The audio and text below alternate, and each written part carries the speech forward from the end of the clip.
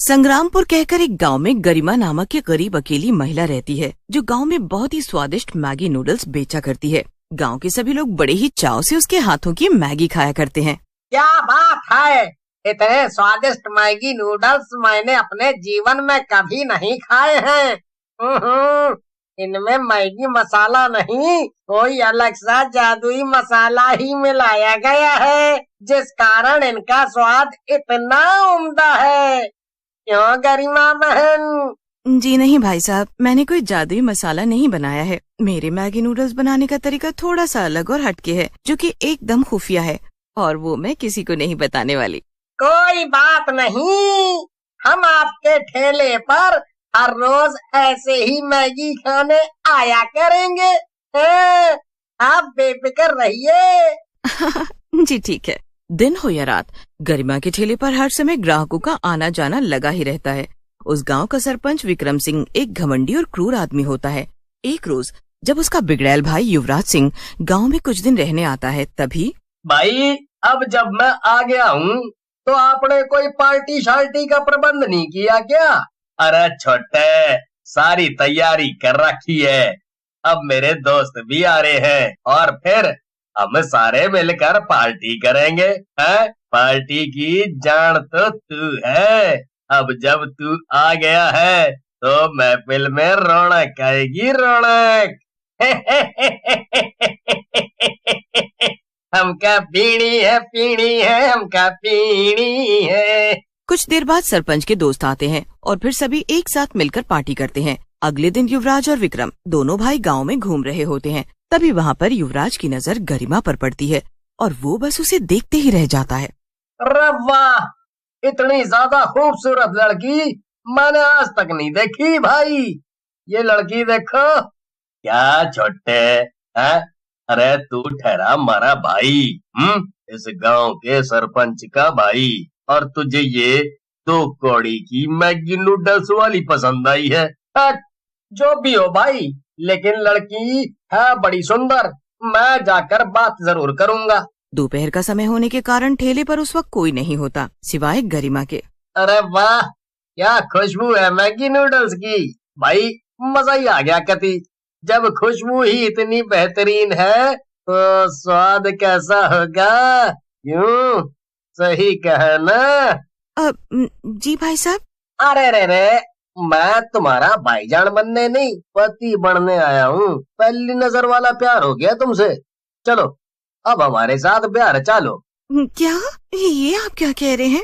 अरे हिंदी समझना आती क्या तुझे? अरे मुझे तू बहुत पसंद आ चुकी है और अब तू मेरी बीवी बनेगी।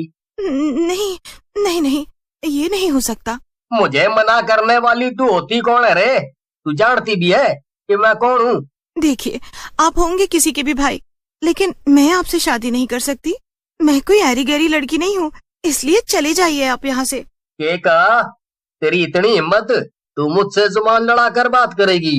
अब देख तू, तुझे तो अब मेरे साथ ब्याह रचाना ही होगा, चाहे कुछ भी हो जाए। अगले दिन युवराज अपने आदमियों से कहकर गरिमा को अगवा करता है और वो लोग उसे विक्रम के बंगले पर ले जाते हैं, जहाँ पर मंडप बंधा होता है। छोड़ो, छोड़ दो मुझे, छोड़ो। क्यों कर रहे हो मेरे साथ ये जबरदस्ती? नहीं नहीं। चुप हो जा अब, और अब तुझे मेरे साथ शादी करनी पड़ेगी। चल, वरना मैं आज तुझे गोली मार दूंगा। गरिमा युवराज को चालाकी से धक्का मारती है और वहाँ से भागने लगती है। विक्रम गिरे हुए युवराज को उठाता है और भाग रही गरिमा को गुस्से से आग बबूला हुआ युवराज गोली मार देता है और वो वहीं पर मर जाती है। छोटे, गुस्से में ये क्या कर दिया तूने? अब हम क्या करें? अगर गांव वालों को पता चल गया कि इस गरिमा का खून हमारे हाथों हुआ है तो वो लोग हमें बहुत बुरा मानेंगे। पूरे गांव की नजर में मैं बहुत अच्छा हूँ। इस एक हादसे से मेरी इज्जत खराब हो जाएगी। भाई आप उस सब की चिंता नहीं करो, मैं अभी इस गरिमा की लाश ठिकाने लगा देता हूँ। चलो रे आदमियों। वो लोग समय रहते ही गरिमा की लाश ठिकाने लगा देते हैं और उसे जंगल में एक जगह गाड़ देते हैं। और गांव में अगले दिन जब सभी गरिमा के ठेले पर इकट्ठा हो जाते हैं, तभी वहाँ पर सरपंच का आदमी आकर कहता है, अरे बेवकूफों, क्यों भीड़ जमा कर रखी है तुम सब ने यहाँ पर? अरे भाई, हम गरिमा के आने का इंतजार कर रहे हैं। तुम्हें पता नहीं क्या, वो यहाँ पर मैगी नूडल्स बेचती है। तुम भी रुको यहाँ, फिर तुम भी खाकर जाना। दुनिया की सबसे बढ़िया मैगी नूडल्स बनाती है गरिमा बहन।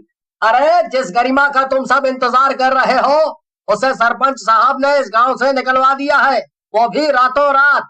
सरपंच का आदमी उसके पास जाकर उसे ये खबर दे देता है। विक्रम और युवराज दोनों लालची होते हैं। दोनों गांव वालों की नजरों में झूठ मूठ में अच्छा बनते हैं, लेकिन गांव में कोई तरक्की नहीं कराते। ना ही ठीक से पानी की सुविधा होती है और ना ही दवा खाने की। मरने के बाद गरिमा अब एक चुड़ैल बन जाती है। युवराज और उसके भाई विक्रम ने मेरे साथ बहुत गलत किया और अब गांव वालों को ये बताया है कि मैं ही बुरी हूँ। अब देखो तुम दोनों, मैं अपनी मौत का इंतकाम तो तुम दोनों से ही लेकर रहूंगी। इस गांव के लोग बहुत भोले हैं, इसलिए विक्रम की 2 मीठी बातें सुनकर उसे भगवान मान लेते हैं। चुड़ैल गरिमा युवराज और विक्रम के पास जाती है और उन पर वार करने की कोशिश करती है, लेकिन नाकामयाब रहती है। नहीं, इन दोनों ने तो अपने हाथों में सुरक्षा धागा पहना हुआ है, जिस कारण मेरी शक्तियों का इन पर कोई असर नहीं हो रहा है। अब मैं क्या करूं? फिर गरिमा चुड़ैल लोग जाती है और शैतानी पेड़ के पास जाकर महाशक्तियां मांगती है। हे शैतानी पेड़, आपको तो पता है कि मैं गलत नहीं थी और अब मुझे अपनी मौत का बदला लेना है, लेकिन मैं कैसे लूं?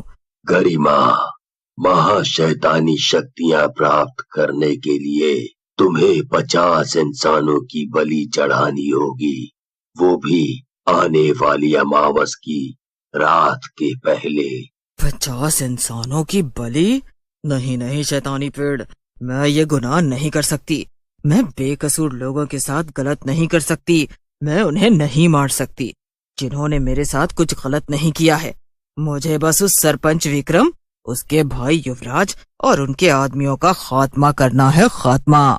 मैं बाकी चुड़ैलों की तरह नहीं हूँ शैतानी पेड़, मुझ में दिल है।